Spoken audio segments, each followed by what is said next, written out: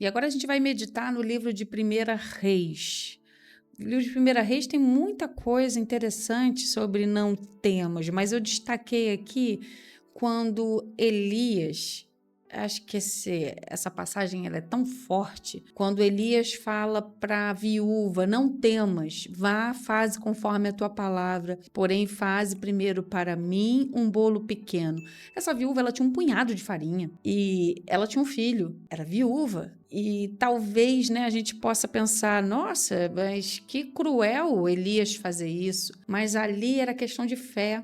E quantas das vezes a gente tem uma visão egoísta e terrena sobre as coisas, quando Deus ele quer mostrar que Ele é o nosso provedor e quando Ele não falta, nada nos falta. E aqui era a promessa: a farinha da panela não se acabará e o azeite da botija não faltará. E sobre essa palavra, ela sendo uma viúva gentia, que era estrangeira, ela acreditou e ela foi lá e fez. E sobre essa visão, que exigia realmente uma visão sobre essa promessa, houve uma provisão. E naqueles anos todos eles foram sustentados. E aqui você pode pensar, né, era aquela viúva que foi pedido mais pote de azeite. Não, nesse caso aqui foi Elias, né? Então, nesse caso aqui, havia sempre provisão. Ia no pote e tinha provisão. Ia no pote e tinha provisão. Sabe quando você não entende?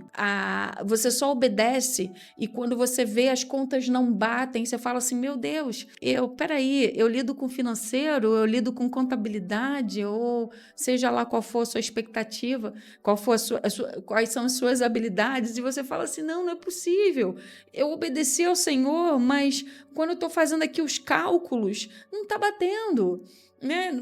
O que está acontecendo? Por que a gente tem a provisão, mas não bate? Uma vez a gente recebeu um valor, uma quantia que era considerável e a gente tinha escolhas a serem feitas. E é claro, a gente sempre tem as demandas, mas Deus nos deu uma direção em nosso coração e a gente falou assim, todo esse dinheiro será revertido para um ambiente mais agradável para as pessoas que vão orar, porque sempre teve um local na nossa casa onde as pessoas se reuniam para orar e a gente quis trazer esse dinheiro.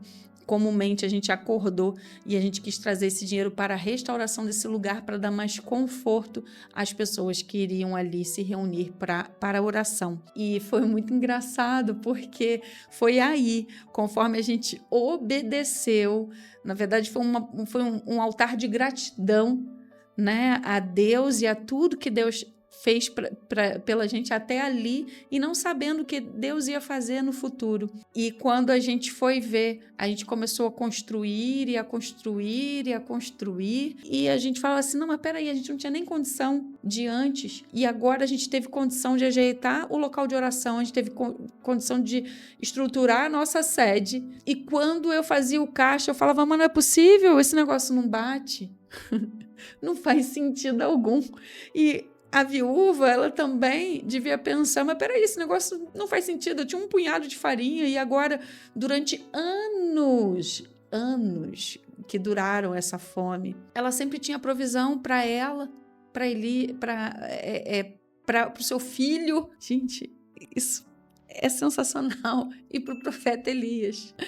Ou seja, não acabavam. Cada vez que ela ia à panela e à botija, havia o suficiente para aquele dia. Vamos parar de reclamar, vamos parar de fazer coisa errada, gente. Que esse testemunho e essa passagem bíblica seja um combustível de fé para que você, independente do que você esteja vivendo agora, mas que você tenha fé sobre a visão e que você tenha uma obediência sobre a palavra de Deus, que você tenha uma obediência porque Ele quer o melhor para você e Ele é o teu provedor, que você não esqueça disso.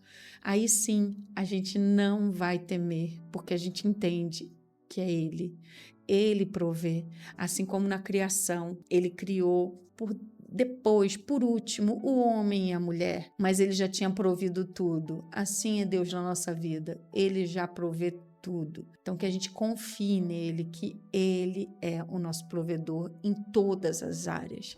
E que a gente descanse e não tenha medo, baseado nesse testemunho que eu falei, nesse testemunho bíblico também citado aqui.